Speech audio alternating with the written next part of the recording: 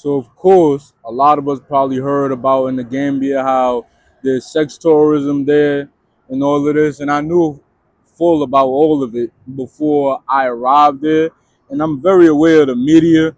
Like I know how this thing works. That it's not gonna be sex tourism everywhere. Like so, after visiting Gambia, right?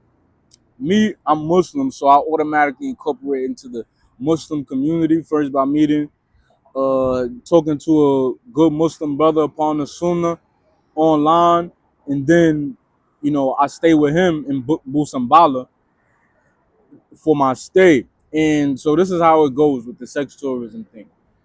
It's known by the Gambians that this is going on, but they know where it's at. One place is not at is Busambala. And let's say this I personally only know about Busambala after walking around and being in there for so long. But let's say Busambala and the Brikama Highway, like from Busambala all the way the opposite way to the airport on Brikama Highway, there's no sex tourism there. There's places where there's sex tourism at. So for example, when I was there, I was fasting, and I was like, man, it would be cool to have a pool somewhere. And the brother was like, yeah, we got the beach, and he told me the first beach he told us about was far away, like an hour and a half away.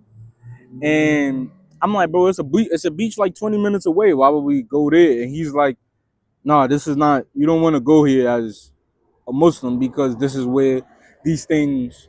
There's a lot of this going on. Saying the women walk freely on the beach, a lot of women in bikinis and all of this. We don't want to see this as Muslims. So he brought me to this other beach where it was more chill. You seen a little bit going on, these white people there with maybe a couple, two white girls and two black Gambians sitting together and stuff like this. But it wasn't too prominent in that beach. I think it was the one on Sanyang. So to conclude, the sex tourism is not prominent unless you want to go to resorts and stuff like this. You go to resorts and you want to be fancy. This is where the tourists go who are looking for this.